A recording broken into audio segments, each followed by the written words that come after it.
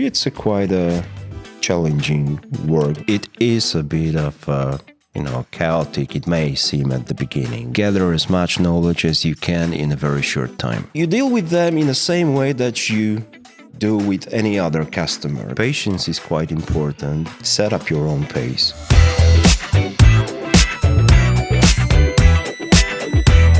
Hi, I'm Kai, the brand ambassador at LiveChat. And as you can see, today we have a special guest with us here, Ziemowit. Welcome. Hello. So, can you tell us a little bit about yourself? Yeah, sure. I've been SQL for the almost past 2 years here in LiveChat. Before I was a support hero. So altogether, I've been in LiveChat for nearly 7 years now. I'm very glad to have you here with us today. Thank you. And today we're going to be focusing on customer support, as you've probably realized. And that's why we have Ziemowit here. He's going to be sharing all of his expertise with us. And maybe if we're lucky enough, he'll put in a top secret recipe to handling customer support cases. I'm afraid there is no one, but I'll do my best. We'll see what you have in store for us. All right, so let's start off. What's the most creative or outside of the box thing you did to solve a customer's problem? There was one website. The lady owns it.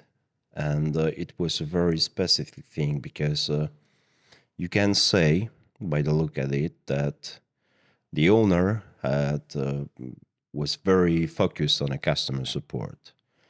The website I'm talking about had over a dozen of different communicators. Wow, okay. Yeah, so the problem with it was that she wanted to test our chat widget, but we simply did not have a space for it on her website. After all, she managed to put it there. We were strongly advising her on, resigning from some of the tools, but she didn't want to do that. I'm not sure what is happening with that website right now, but I know that she was our customer for quite a while. Okay. And yeah, that's it. I believe that's the most peculiar thing that a dozen, you I say? recall. Oh my goodness. At least. There was a lot of work to do there, wasn't there? Definitely. All right. So what are your main responsibilities as a support quality lead?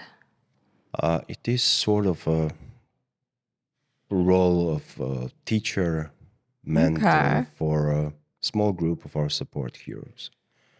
Our customer support is split into a small groups of agents who are taken care of by SQLs like me. So what we do as SQLs is we provide a guidance in everything that relates to a customer support. So this can be a hard chat during a shift. It can be some difficult customer that one of us have to deal with. It could be some technical problem that the support hero doesn't know how to approach or who to call to help with it. And you also supervise chats, right? I do, yes. I supervise chats on a daily basis, but I also supervise chats when the chat is finished, when it's archived. Okay. What I do, I just go through them and I check the different things like a tone. Okay. Like if they had the right approach during the chat, right? Yeah, the right approach. If they provided the correct answers, obviously.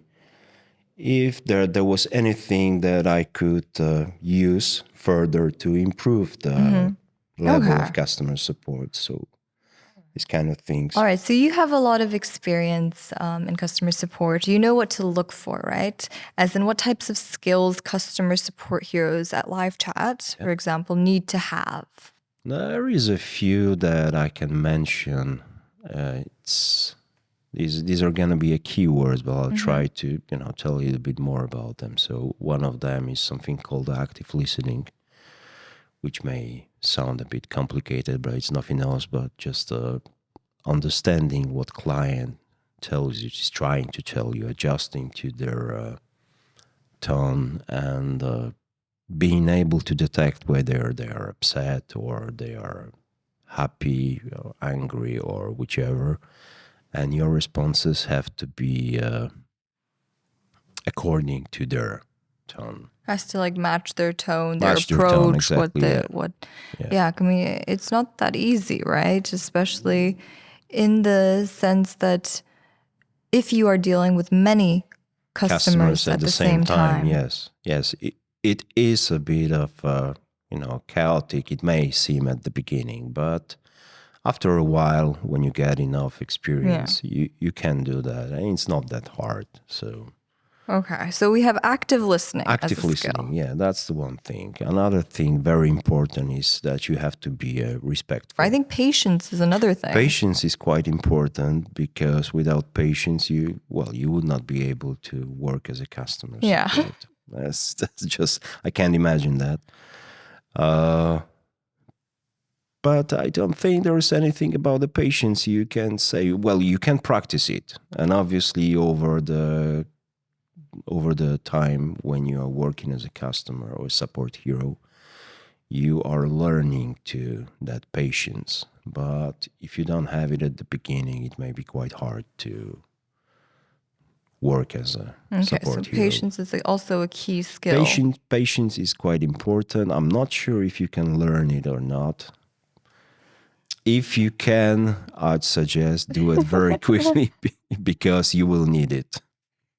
All right. So there are many more skills, definitely, that I believe customer support heroes need to have. But these were like active listening, respect, patience, and confidence is quite confidence, important, right? As well. And being able to personalize the conversation. That was also a big one. How do you empathize with customers when communicating with them through text? Well, it is a bit tricky, but you can use a few ways to do that. One that I am using is visualization of the client. I mean, when I see a message, I'm trying to sort of judge whether the client is upset, he's curious, he's happy, frustrated. And it creates a picture image in my brain. Okay. I'm seeing a person with a specific issue, and I'm trying to adjust to their tone, to the problem. So I believe that this is how the empathy works in that case. What else? So you're kind of painting a picture. Yes. Of the situation, of the customer. Yes, well, that's what helps me because, I heard that the human brain works in pictures. So I believe it's quite natural that it's the way to go. It's the way to go. Definitely try out that method if you haven't yet. It might be a tip and trick, right? Yeah. What else? Well, you approach them in a personal manner, obviously respectfully and politely, but you have to feel them in a way that, like I mentioned before, that you have to judge what sort of approach they have, or where they're from, right? All of these things matter. Everything. It's a huge amount of small things that in time you learn to sort of guess, detect. And it works for me. I can say that it's a very rare thing that I'm making a mistake when it comes to a customer mood. So a lot of personalization also goes into it. Yes. So these are, you have a lot of experience. I believe, yeah. Within the customer support it comes with time, industry. exactly. All right, so empathizing with customers is a huge thing. It's a big thing in your daily work, right? Yeah. How do you? I'd say that it's one of the most important One of the most important things. All right, so what would you say is your favorite hard skill is needed? Being able to gather as much knowledge as you can in a very short time. Okay, so it's kind of like it sounds terrible, but it is it is quite a nice thing to have. Like, especially when you're dealing with this and that number of chats, and you have to find out how does the one client's greeting look like, what's the invoice for the other client, and whether this particular customer is able to set something in his knowledge base or website and whatever. All right. So millions of tabs open in your browser. Oh And my. being able to switch between them easily and knowing where you can find things, that's a hard skill that I'm still trying to achieve, and it Fully is master. a painful thing. So hunting for knowledge, kind Hunting of. for knowledge in a very short time, I believe, because these two factors have to be there. It's hunting for knowledge is easy when you're given a time, but if you have, let's say, 3 minutes to find out something, that can be tricky. So it's kind of like preparing for an exam during the exam. Yeah, during the exam, exactly. So the pressure something like that. is Obviously, real. you know the basis, which is good. But when it comes to details, you have to know where to check them. And this is where, the rest of support heroes helps you. So the whole nicely. team works together sometimes on a certain case. So in your opinion, right, what would you say are the key components of an effective customer support process? Like, what are the key components of the process? Key components of effective customer support. That's by definition customer-centric approach. Okay. Because everything we do, it just revolves around the customer and the person on the other end. Using effective communication channels. So knowing all the processes that can help you with the customer support, like if you're not able to help them right on, you can always escalate the case. You can ask different departments. You can create a ticket. You can ask customer to give you 5 minutes, and in that time you can check somewhere else. That's a thing, like communication channels. Obviously, the knowledge that you have. I mean, you're not able to know everything because, well, there's not a There's too much. Yeah, there's not a single person here in LifeCheck who knows everything. But very important thing is to know where to find that knowledge. Okay. So if you have some technical issue, you go to our technicians. If you got a legal problem, you approach our legal team. Yeah. Stuff like that. So you have to be able to kind of connect the dots to exactly. the right areas. Know your way around. Okay. So knowing your way around Yeah. is the base. It's kind of like the base. But how do you actually deal with the demanding customers?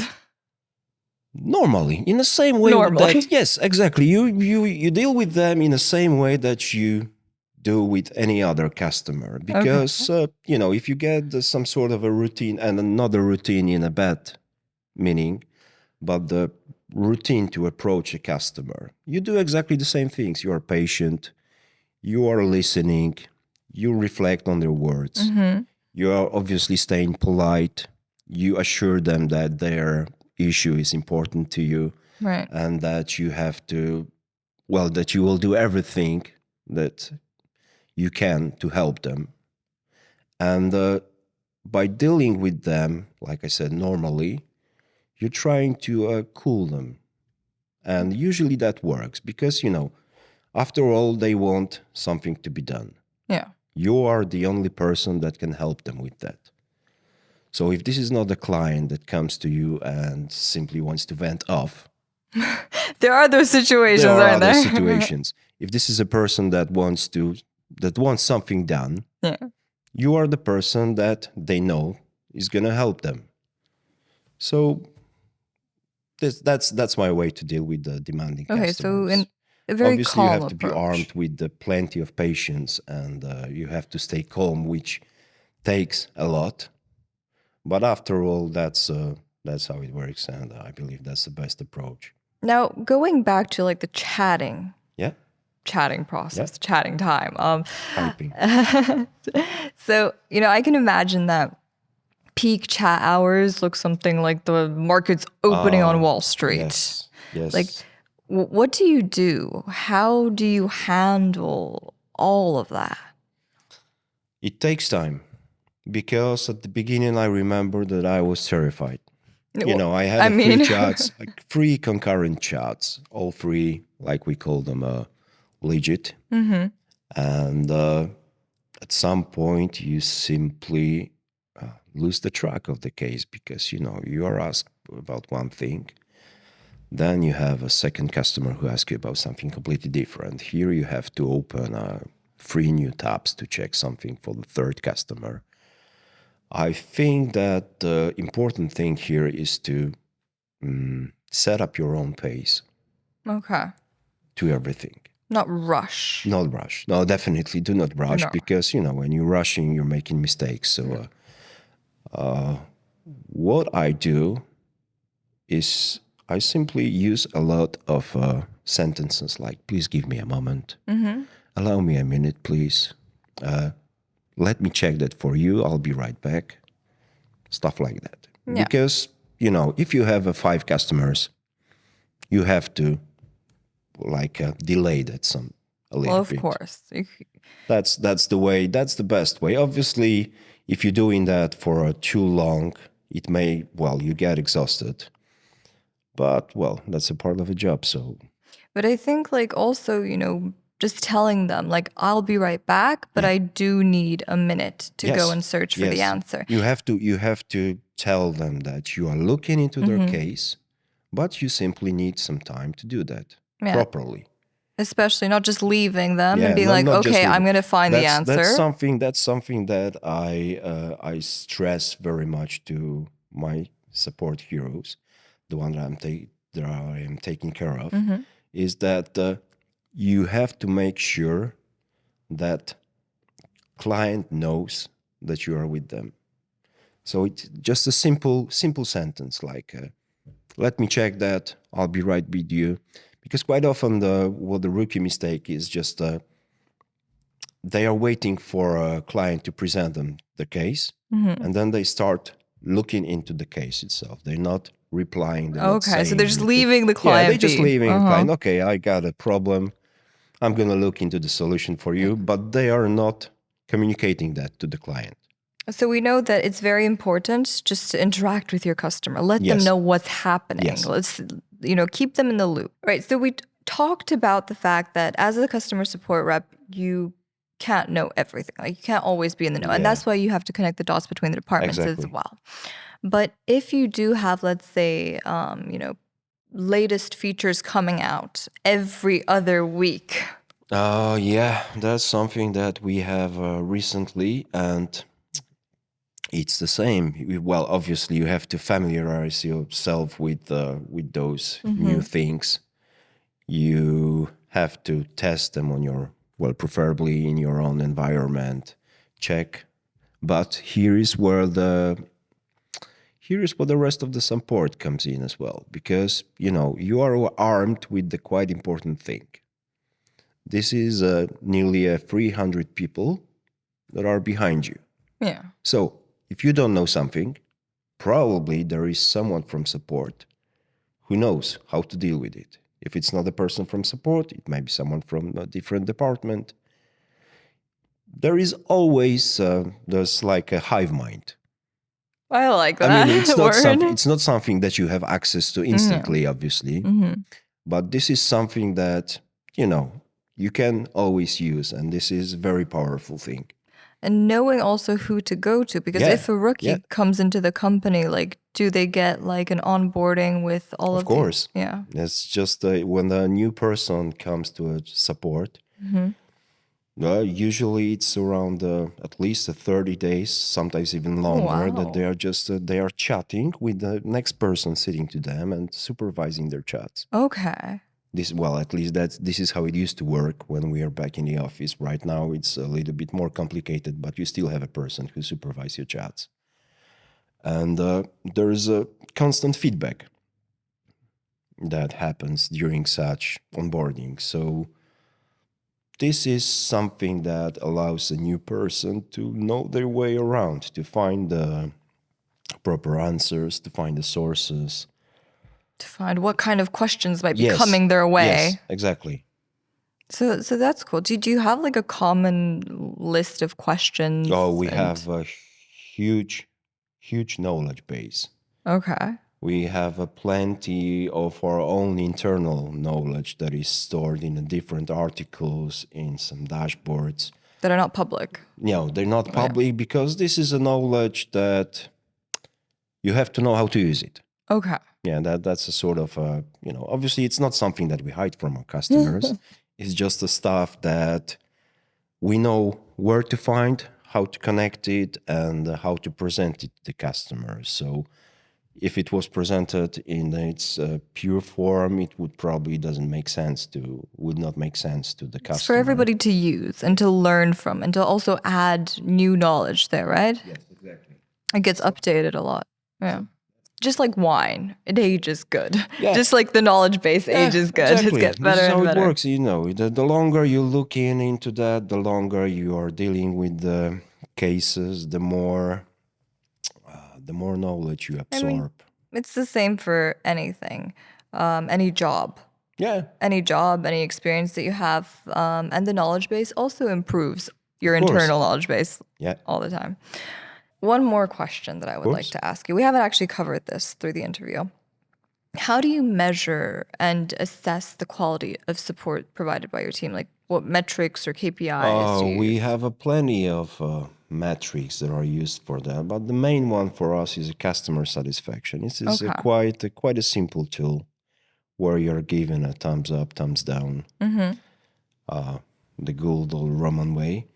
And we use that to check whether the overall satisfaction of customer was good or bad. Luckily, right now we are around, I believe that we are around the 97% customer satisfaction. So we are doing a good job. That's good. What else? We have plenty of forms that the customer can fill in to share. Obviously, we also appreciate any feedback they can send us. So the channels are open. The chat is available 24/7. Customer can come and give us a feedback, and quite often they do, which is nice, or sometimes not nice if they're not unhappy. But if they're unhappy, we're trying to deal with that as soon as possible. So this is also a good thing. We have what other measures we use on a daily basis? I'm trying to think. I believe this is the major thing, because obviously there are reports, there are some advanced statistics that are looked into, but for a simple customer support hero, this is the main thing. Okay. When you're looking at your report at the end of the day or at the end of the week, and you see that you dealt with this and that number of chats, and that 95 of your customers were happy. So as a support quality lead, you also have to take a look at all of these reports all the time. I do look into that, and this is a quite important part of my job. I'm going through all of that, and obviously I'm focusing on improving the SAT. I'm focusing on providing my support heroes with proper knowledge and approach to the customer. So I'm just telling them what they should change, what they did good, what could go better. You also take a look at the chat transcripts, like Yes, I'm going through the whole conversation. Of course. So it's a quite a challenging work, because especially when you're empathetic like me, because I'm just looking at the chat, and quite often I can see that there were some serious emotions there, and I need to put myself in the role of the client, but I also see what was probably happening with an agent. So that's it can be quite stressful. You have to weigh everything. Going through the transcripts, it's definitely a lot of work, and like you said, emotion. It is quite a lot of work, but I enjoy it. It's really satisfying to see that after months of work with your support heroes, they are doing their job in a great way. So, And you're proud of them. yes, I am. All right. That's it for today. But if you would like to leave everyone a few tips, just off Few the top of your tips. head, what would you say? Empathy. This is what I'm gonna probably repeat a lot All the of time. time. This is something that you really need to. If you have that, if you know how to achieve that, everything will come. But you have to be aware of the person that is on the other side of the chat, and you have to sympathize with them. A lot of understanding comes Yes. into this. Yeah. All right. Thank you so much for joining me Thank today, you Ziemowit. for inviting me. Thank you for letting me pick your brain. And yeah, thank you to you for watching.